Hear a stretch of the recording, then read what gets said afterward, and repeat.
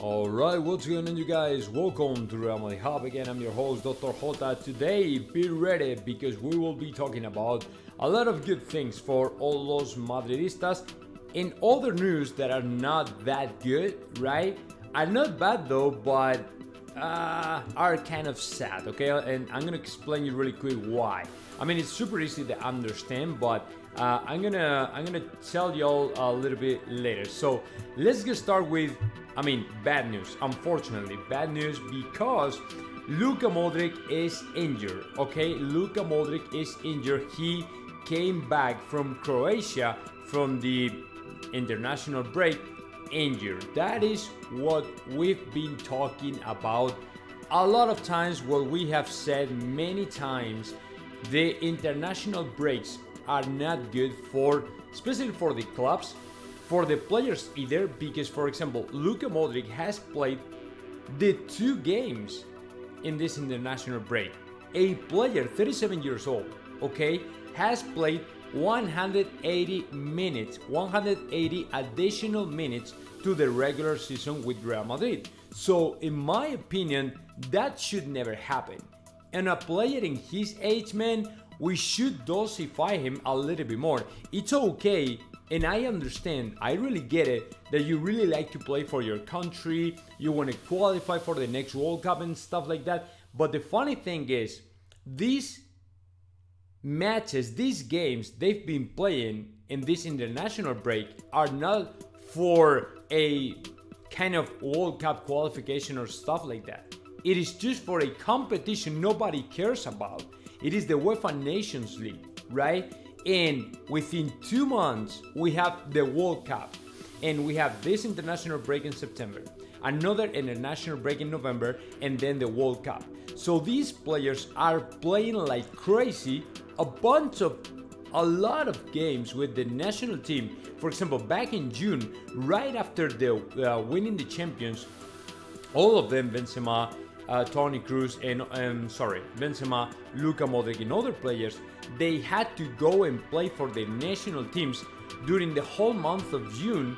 I think it was the Nations League, or who knows, because nobody really cares about that. So that is the downside of the international breaks. Nobody really seems to understand how bad it's for the business, it's for the soccer, it's for players, it's for clubs. So I don't understand. Apparently it's not big deal. It's just a muscle overload. He will be out for 10 days or something like that. But man, we don't have that necessity, especially in a player that is getting older and older and older and still need more time to rest and recover, right? So we are kind of dosifying the players. Carlo Ancelotti has to figure it out, right? Utilizing these players, not these others, because we have to, dosify them, right? That is the word. And then you have to these guys from the national team, pulling them up and utilizing them every single time, every single minute, every single game in the international breaks, and exhausting them. I don't get it. I don't really understand why UEFA is allowing to do them. Is allowing them to do that.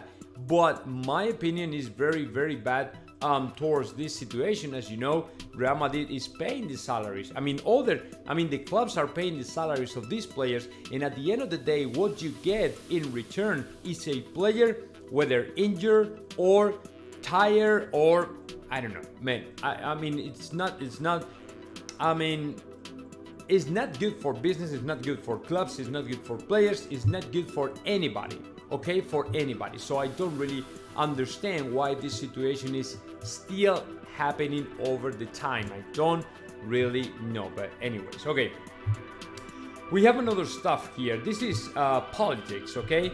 But it's a good thing for the European Super League. And the reason for that is because, 2 political parties in Spain have removed a kind of rule, law, whatever you want to call it, that they have passed in the past just because they thought the European Super League was going to harm the national competitions, right? So they decided to go ahead and both together to pass a law to prevent the European Super League to harm or damage the national competitions, or I don't know what they were thinking about, but apparently they were 100% against the European Super League. And I'm talking about two different political parties in two different spectrums, the left and the right.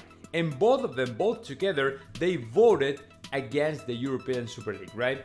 So months later, when they realized the European Super League is not going to harm anybody, they have decided to remove that law, and apparently now they are creating a more favorable scenario for the European Super League, which is great, right? Because they finally understood, at least in Spain, they finally understood it's not that bad, okay? And it is actually good for the business, for the clubs, and for everybody else, as we are going to make a ton of money, right? Creating the European Super League is good for the business, it's good for the country, it's good for the clubs, it's good for everybody else, right? So that is great, considering the next Sunday, Florentino Perez will announce something we still don't know what is that about, because he didn't want to say anything to the in the meeting he had with the members of Real Madrid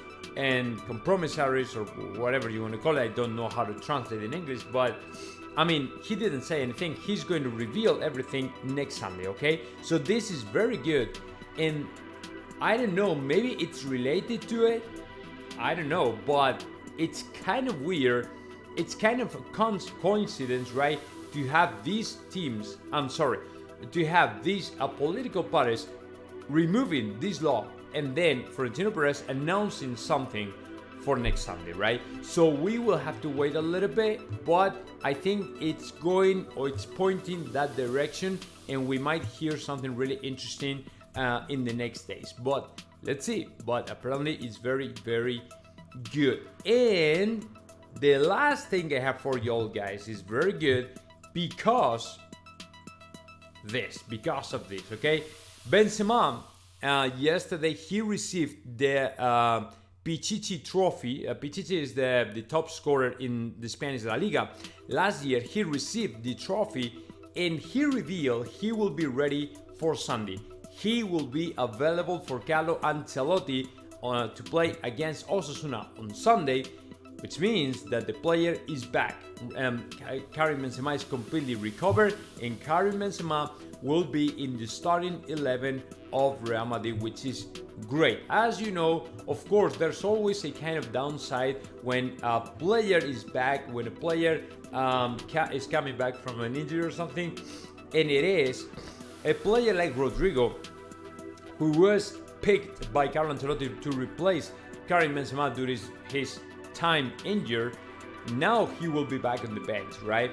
And yeah, it's sad, right? It's not good. It's not good because we all want the Rodrigo Goes to succeed. We all want the Rodrigo Goes to, to improve significantly more. I mean, he still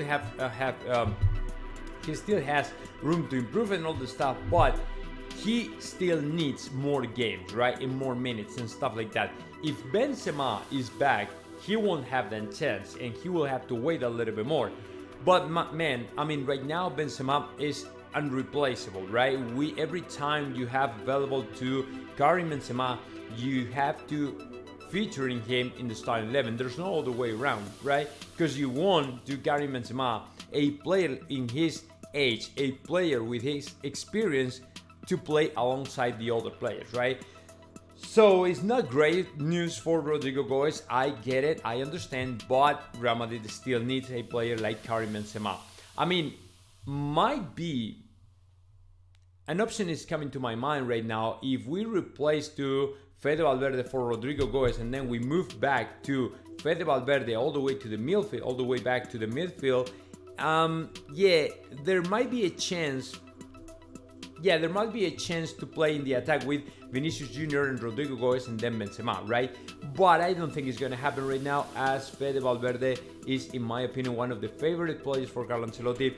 And that, weird position for him in the right wing is working, and is working very good, right? So I don't really think Carlo Ancelotti will replace to Fede Valverde for Rodrigo Goes, only to give him the chance to the Brazilian player to play a little bit more, right? And to extend his time in the starting 11. I don't know, maybe I might be wrong, but I think it's not going to happen, right? So we will have to wait a little bit and see what Carlo Ancelotti has in mind, right? But honestly, I don't think that happens. So I don't know. Let's see if the things go good. I think that Rodrigo Goy might have a spot next year. I think at some point, Carlo Ancelotti will have to think about to replace or alternate, like Luka Modric and Toni Kroos, and alternate, right, the attack with other players, right, younger players and stuff like that. But I don't know, we will have to wait a little bit and see what happens over the time, because it's not an easy decision.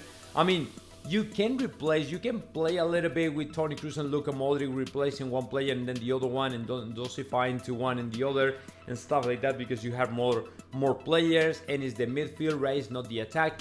But when it comes to replace Benzema, it's a little bit more problematic, as Benzema is the ultimate player. Is a player who plays for the rest of the partners. Is a player who scores a lot of goals.